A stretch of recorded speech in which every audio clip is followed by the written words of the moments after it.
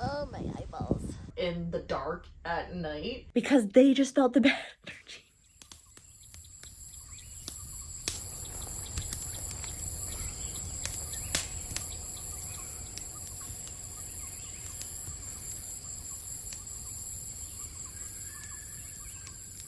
Let's go check out this cutest little thing for the girls. Look at this.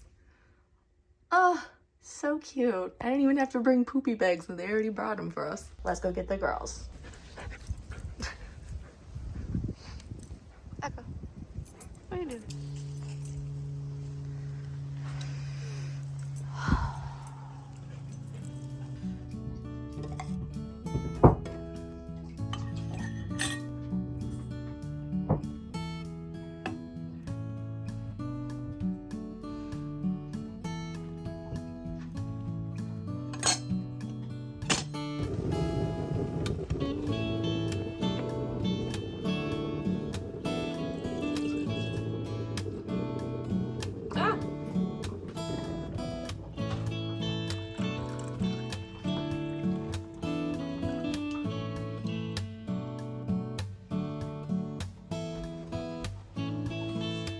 The girls and I are having a little cabin getaway. Things are not going as planned, unfortunately. I've never taken the girls on like a trip of any type. I think the main issue with our current residence is it's a tiny cabin, and when I say tiny, it is very tiny, which is unfortunate. I was hoping to have like a cutesy little cabin getaway, and I can just like tell that the girls aren't very happy. Yesterday was miserable, to be so totally for real with you. I think we're all just gonna be calm if we lay in bed, but then I felt bad that we were all just like laying in bed. And today it's so cold. And by so cold, like currently I think it's 20 degrees outside. It's supposed to get up to I think 34, but that's still pretty chilly, all things considered. Gonna try to make the best of it. The girls are a lot calmer today, so that's nice. Like they're just, I think they're settling in a little bit more. I wanted to take the girls on a bunch of camping trips this summer. Like an actual tent camping trip. That's gonna be teeny tiny compared to this. This is luxurious compared to a tent. Anyways, here's what the outside looks like. This is the little table I was hoping to make a lot of use of. It's cold out. There's our little fire pit. I did make burgers on the fire last night. They were all right. This is the cabin itself. This giant bay window is probably the best feature because if you just lay in it, it's so nice, but the bed is not comfortable. I'm not gonna lie, the bed's not comfortable. Hi, Bubs. What are you doing? Binkies? How are we? How are we feeling? The little cabin does come with a campfire kit. I brought my own firewood. You have to pay for anything you use in here, so I just brought my own stuff. Here's the girls' beds. They're outdoor beds. Jynx laid on that yesterday when we were out by the campfire. It's a mess in here, but I'll show you. The grand reveal.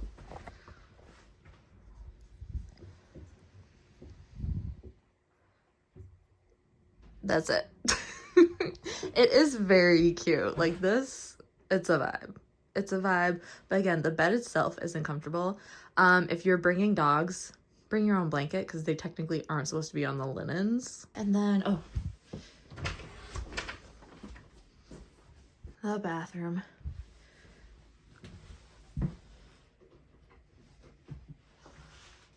Shower. You know, the huge. I will say though, I don't know if all of them are like this, but the little first aid kit, feminine hygiene products. It's just tampons, but hey, when you're in a pinch, you're in a pinch, right? But yeah, this though, this is a vibe.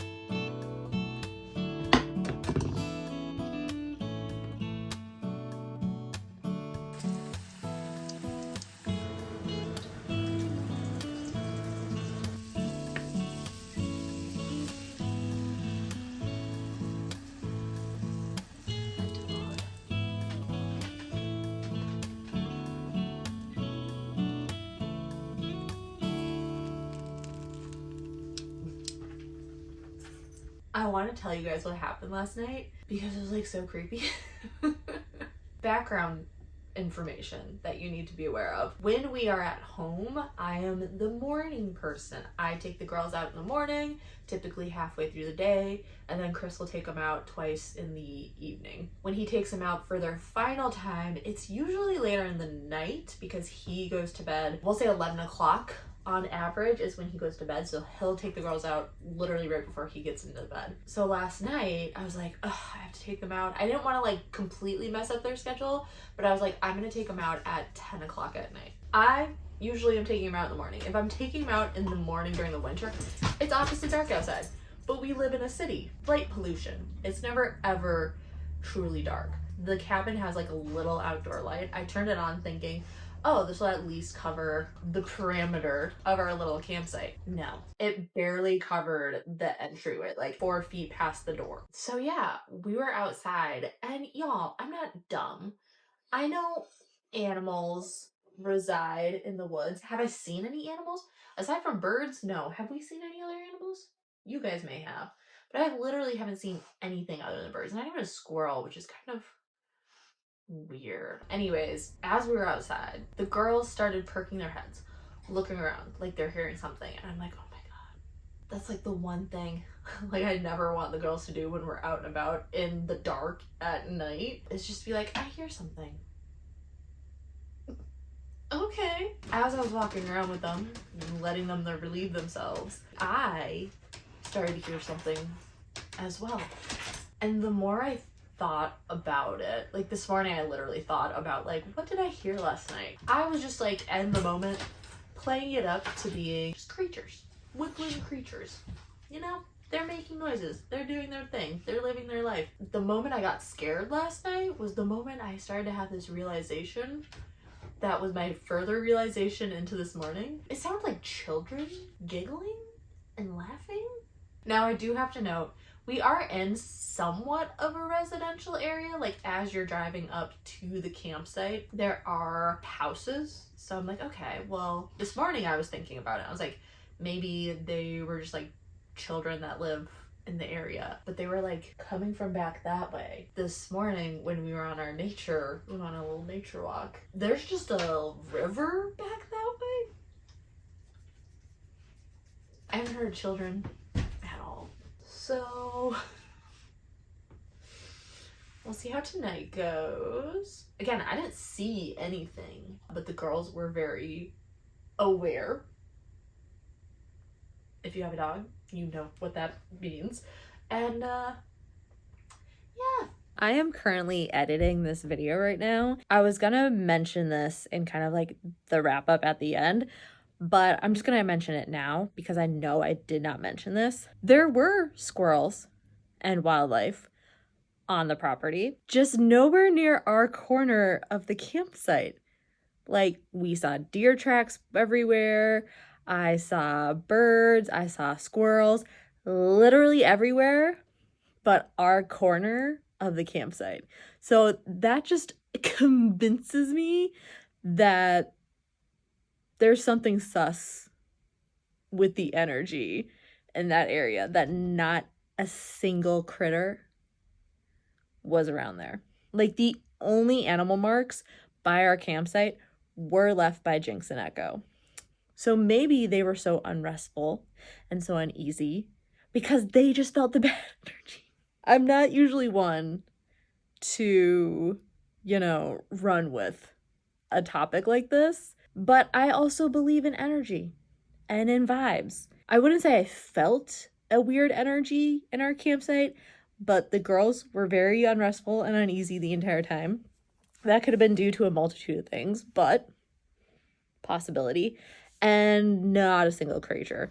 Like, the only time I saw birds and I heard birds was when we were beyond our specific cabin. So yeah, that's my spooky theory, is that our campsite has some bad juju going on with it, allegedly, in my opinion.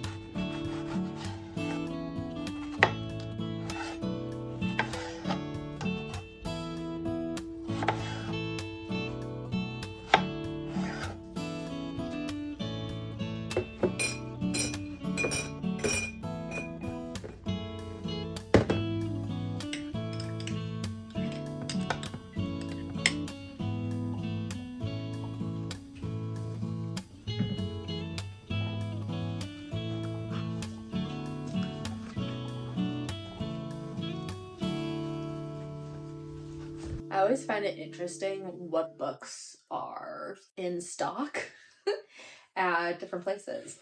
We have the Ultimate Book of Card Games, which is cool because honestly, all I know how to play is Goldfish and Solitaire. Okay, next we have The Sun and Her Flowers by Rupi Kaur.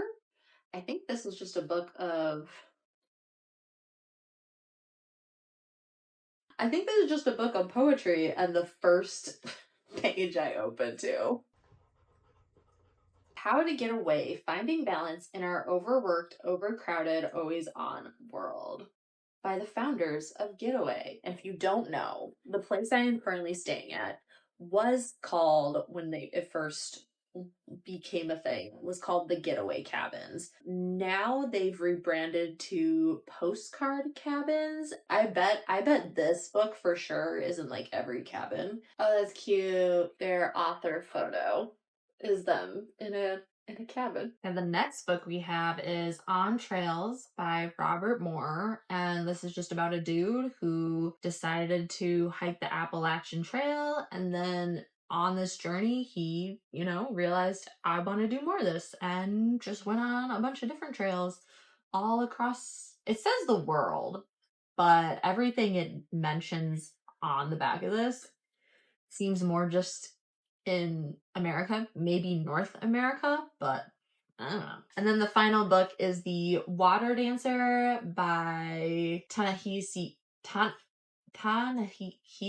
Coates. I totally butchered that author's first name. Young Hiram was born into the Bond Age. When his mother was sold away, Hiram was robbed of all her memory, but was gifted with a mysterious power. Years later, when Hiram almost drowns in a river, the same power saves his life. This brush with death births an urgency in Hiram, and a daring scheme to escape from the only home he's ever known. So begins an unexpected journey that takes Hiram from the corrupt grandeur of Virginia's proud plantations to desperate guerrilla cells in the wilderness, from the coffin of the deep south to the dangerously idealistic movements of the north. Even as he's enlisted in the underground war between slavers and enslaved, Hiram's resolve to rescue the family he left behind endures. Interesting. But I have my Kindle, and I think I brought 2 books with me. I brought The Writing Retreat, right, Shmia. It's a mass market book, and I don't know. Something about this specific mass market book, I love the size of it. I was just like, this feels right. But yeah, I just wanted to show you guys the books that come with the cabin.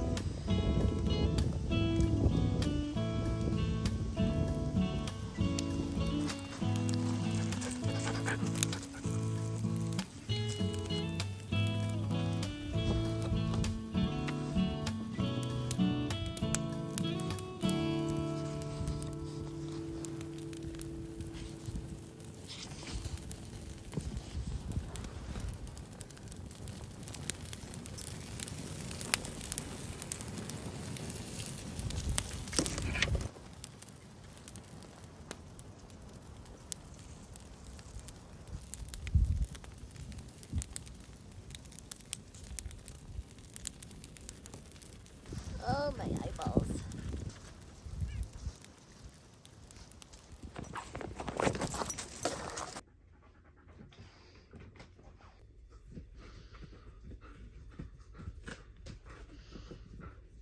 Jynx is stressing. I can tell she's just not having a good time. I'll have to bring old man next time we go, eh? Yeah, I think that's the biggest thing. She's away from Christopher. I don't want to say the name she knows him by, otherwise she'll lose her marbles. Echo keeps going back and forth. I think now that Echo just knows what's going on, she's vibing for the most part. I think she gets stressed when she can tell Jynx is stressed. Echo feeds off of energy, whereas Jynx is very empathetic. Literally, like, anytime I'm upset or Chris is upset, she just like knows. And usually she's pretty even-tempered, but I think being in a new space and not being around him is stressing her out.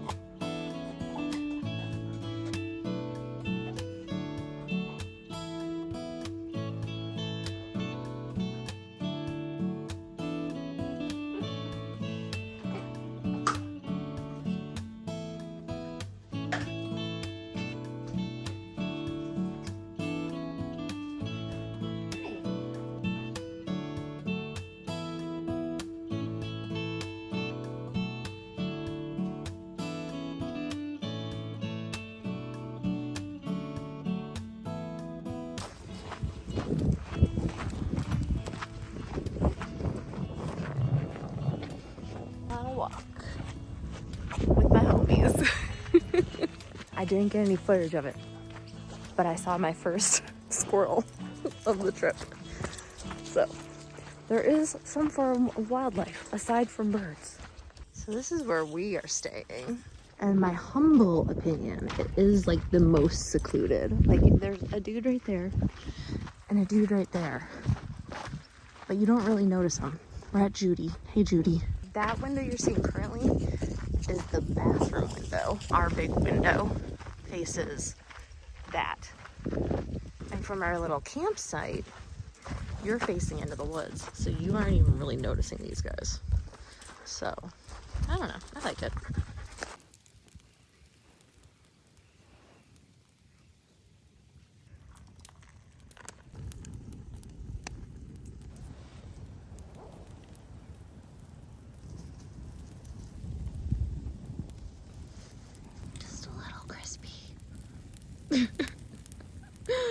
I was hoping to get it more golden, but I don't know. Yesterday I got a really nice golden one with just a little bit of char, but today, I don't know what's going on today. I think the flames are too hot today. Yesterday it was more smoldering. Today it's very flamey. Look at that. That's much better. I was doing so good, and then it caught fire. Okay, whatever. I'm gonna let this cool down so I can eat it. I didn't bring anything for actual s'mores, so we're just having roasted mallows. Cheers. So good. Y'all, I have always been a charcoal crispy mallow kind of girl. The key to a good charcoal crispy mallow is you do have to like let it roast for a bit, so you have that ooey gooey inside, but then you have the crunchy black outside. If you just shove it in the flames right away, it's not gonna have the ooey gooey inside. It's just gonna be half baked and super crispy. So you do have to kind of go for a nice golden exterior first and then burn the F out of it.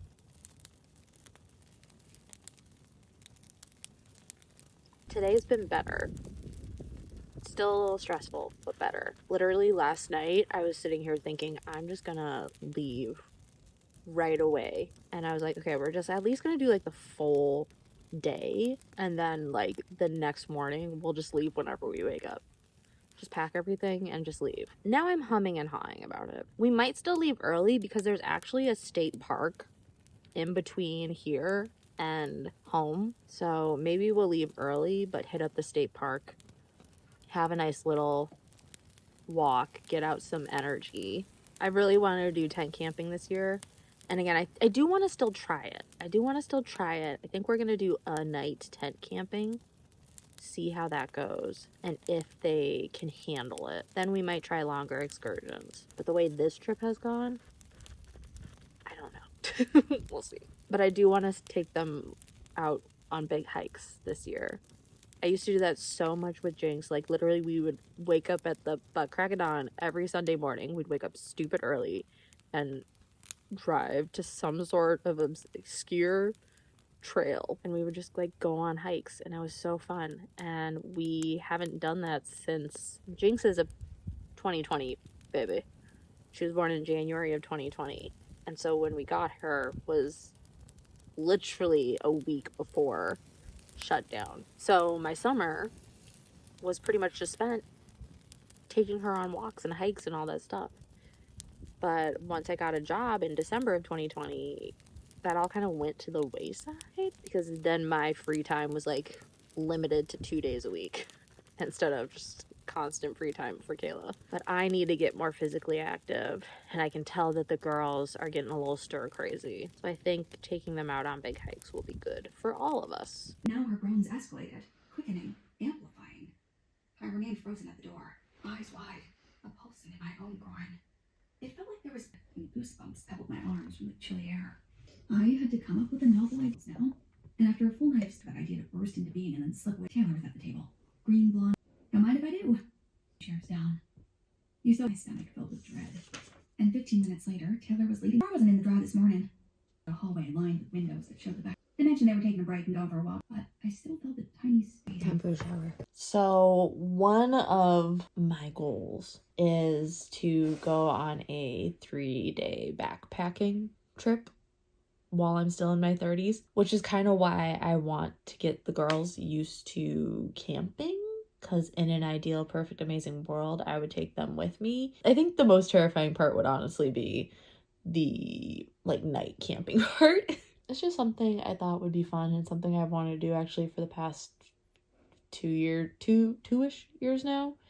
It just like came in my mind. I was like, ooh, a backpacking trip would be so dope. That's that on that. And also a cool feature that I didn't show you guys. I need these in my life because you just pull them out and you have a little reading lamp, and there's one on each side. How cool is that?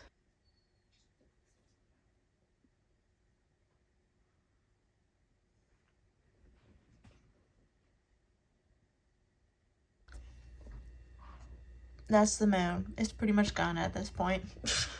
But with that, y'all, I'm going to say good night. I'll see you in the morning.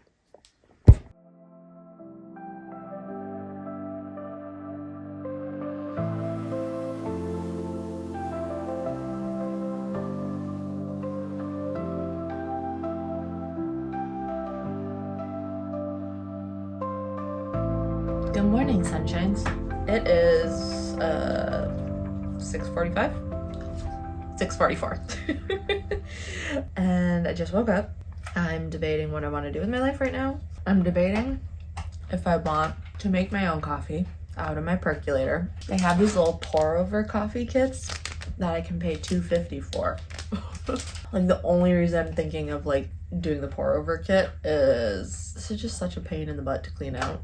Also, something I haven't mentioned really at all. Well, I mentioned that I have the book with me, but I haven't mentioned that I'm actually reading it. I'm about 40% of the way into The Writing Retreat by Julia Bartz. I'm not sure how I'm feeling about it right now. I know it has pretty mid ratings, to say the least. I mean, so far it's interesting. One thing I will note, but there's just a lot of sex references. Oh, that's a twist and turn I was not foreseeing going into this book. I don't know, I feel like a lot of thrillers I read maybe just don't have that. What else? So pretty much, okay, the story. I'll at least tell you guys what the story is about. So the story is about this woman whose name is Alex, also goes by Al, who is friends with a lot of writers. One of her good friends, Ursula, just recently got published. It's a huge deal. The way that her, Ursula, and this other person, Ren, all became connected was because they all were fans of this super intricate feminist writer named Rosie. Rosa Vallow? Is she related to Lori Vallow? They're all like super fans of Rosa Vallow. And they're kind of in this point in their lives where one of them is a recently published author, one works at a publishing house for educational materials, and then another one has become like an influencer. She has like another job, like she's a director of something. But our main character, Alex, works at a publishing house. And the author friend just recently got her work published, and she offered Alex, she didn't even offer, they're just like, oh, I really love your work, there's this one story that I really love. And it turns out that Rosa Vallow is hosting a writing retreat where she's taking 4 up and coming authors who are all females under the age of 30 to do this month-long writing retreat. Oh my god, phenomenal. But at the beginning of the book, we found out that she had already picked all 4, and by the time she had kind of like picked all 4, the friends had all aged out of the under 30 category. Long story short, something happens where one of the women who was chosen for the writing retreat just drops. She decides, nah, I'm good, never mind, something like that. And so the author friend has connections in the industry now, so she actually sent the work of Alex, but also Ren, to Rosa Vallow, and Rosa liked them both, and so they were both going to this writing retreat. But what you need to know is that Alex and Ren had a falling out a year ago. Devastating. It literally, the book starts out with like Alex being nervous to go to an event where she will likely run into Ren. Now, we don't know what this falling out was. It's very mysterious. It's very like, what's going on? But by like the 40% mark, you know what happened. And I don't know. I'm intrigued to see if we learn any more of it, specifically from Ren's side of the story, because obviously all we have is Alex's depiction of events. It's an interesting book so far. I'm not sure if I'm loving it, but I think I'm liking it more than, oh no, I'd say right now, if I were to do like a temperature check, it'd be like 3.5 stars right now. But we'll see what happens. Anyways, I'm going to for sure make breakfast. I had a little yogurt berry banana bowl yesterday, delicious. And I might just I have a croissant left, so I might toast that up. And I'm gonna make my own coffee. Ugh. And then I'm gonna have to clean my percolator. Hello! It is so cold out today, y'all.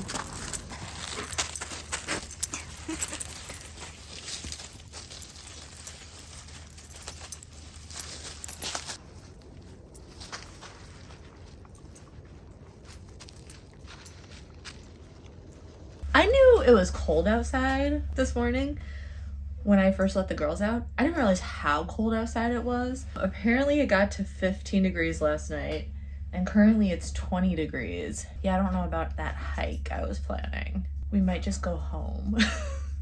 Well, y'all, we are piecing out of the postcard cabin. Didn't use that, but I was definitely off my phone a lot less than usual. It's a good time, y'all. Thanks for having us. Okay, kids, we are on our way home. I've made the executive decision that we're just gonna head straight home. Hi, what's wrong, Bubba? What's wrong? So I wanted to do a little review of the Postcard Cabins. I'm gonna speak of it from the perspective of someone who brought dogs, because I did. A lot of their marketing and advertising and the stuff, like one of their big shticks is that they're dog friendly, which we love that. It was an additional $50 a night, I think, or maybe just in total an additional $50. The one nice thing about this place compared to other more local cabin rental places is that there were no restrictions. So there wasn't like a breed restriction, there wasn't a size restriction, there wasn't a quantity restriction. Actually, the quantity was kind of the most surprising part, because at checkout, I was sitting there going, okay, well, I'm gonna have to note that I'm bringing 2 dogs. And nowhere did it state where you note how many animals you're bringing. That part was nice, that there were no restrictions, because honestly, Echo weighs less than Jynx, but even she couldn't go to like half of the cute little cabins that I want to go to. She's just a tall dog. What is she doing? The cabin size is petite, I would say. I think it was also a lot smaller than I was expecting. Like, I knew it was going to be small. Okay. I knew that going into it, but I didn't realize how small it was. For the size of the cabin though, there was a little table, and I wish that table you could have like dropped down or put up so that it just wasn't there, because we would have had not so much more space, but there would have been more space specifically for the girls to maneuver around. But because of that table, while yes, they can still walk under it, it just got, I don't know, it felt like it was in the way. It made the space feel smaller than it already was. Outdoor space was also very small. I was actually really surprised at how small the outdoor space was. I also hated that your little campsite was completely graveled. When the girls would go out, they're not going to go pee and poop in the gravel. They will want to go towards grass, but there were no real like grassy areas just right out the door. We had to go to the back side of the cabin to get any grass areas. Now, the bed is kind of like the piece de resistance, right? Every picture you see of the postcard cabins are of people in the bed, highlighting bed, the giant window. The window was really nice, I will say. The aesthetic of it was stunning, gorgeous, amazing. The bed, though, which is the focal point of this whole thing, was so uncomfortable. It was such an uncomfortable bed, and you can tell that they've never flipped the bed because there was a huge divot right by the window. Like, you get in the bed and you just like feel where it dips and where people usually are, which is of course right by the window. Like, you gotta rotate the mattress, otherwise you get those dips. So yeah, I was kind of surprised. I've never stayed in a hotel of any kind where the mattress was that noticeable of a dip. And I've stayed in a lot of hotels, stayed in questionable hotels, and that was probably the worst bed I've ever slept in. And again, the bed is the focal point of these places. Other than that, they had everything you could potentially need. They had sugar, creamer, they had salt, pepper, they had utensils, plates, bowls, cups, pot, a pan. They really had everything you could need to like make your own food, which was great. That was fantastic. We loved it. I showed at the beginning of their stay, like they had the little like welcome dog, which was so cute. There should be more stipulations on where they can be located, because the postcard cabins are an hour and a half ish roughly from the cities. So that's why this is called the Minneapolis location, even though it's not like in Minneapolis, it's the Minneapolis hub. So it's an hour and a half away. And then a lot of its like key highlights are, oh yeah, we're near XYZ, but XYZ is minimum a 20-minute drive away. And I don't know about you guys, but if I just drove an hour and a half to get somewhere, I want to have everything kind of be centralized around the location I'm staying. And I'm not saying like I need a Target 2 feet away from me, but I don't know, just like more of a little town square situation where you can go and there's a cute little cafe, maybe a little bookshop, something a little bit more lively, like a cute little main street within, I would say, 15 minutes of the place. We'll make it 20 minutes max. I just feel like it could have been located better. I also feel as though one of the main highlights of these postcard cabins is like you're out in nature. And for us, it had a nature trail, but the nature trail was literally walk to a sign that says, okay, you've hit the edge of the trail, turn around and go back. And I'm like, that's just not fun. It says it's 1.4 miles. I don't even know if that's accurate. It felt so much shorter than that. I would say the only good thing about the little nature trail is that you had to walk to the nature trail. But I feel like the walk to the nature trail was almost longer than the nature trail. So I just feel as though these tiny cabins, should have a nature trail connected to them. But I feel like the path could have been more laid out better. Maybe it could have done like a loop around all of the cabins. I don't know. It could have been better, or they could have had more marketing and details in regards to like the specific trails nearby. Because on your welcome card, I should have kept it. It's like scan this QR code for trails and other things to do and explore in the area. And I did. And it just took me to the exact page that you go to book the thing. So again, it's just noting like, oh, this is 20 minutes away, this is 30 minutes away. And I'm like, no, I want more specificity. Like if I'm going to stay at a place, I want you to be like, hey, this state trail is literally a 5-minute drive away. Because as I was leaving, I noticed that there was a straight state trail nearby. And I didn't know that. I would have been lovely to like go drive out yesterday to the state trail that was max 10 minutes away and just walk on the trail with the girls. But none of that was noted. And it's just weird that it just took you to the booking page when it's like, okay, I've already booked and I want like more specificity, like more of a concierge type, not even concierge service. I don't want to have to like call someone or text someone to get recommendations on where's the nearest trail. I just want that to be in your little welcome packet, you know?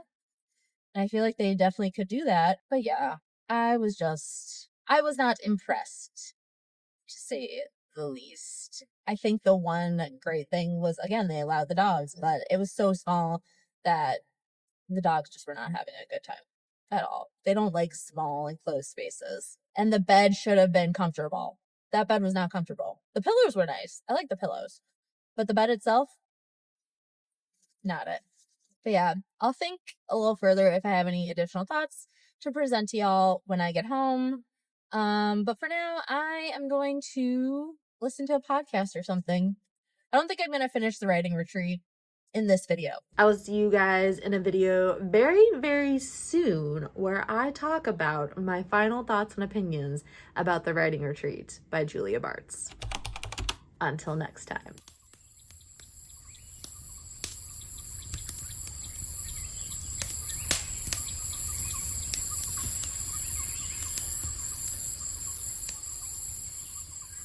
Goodbye.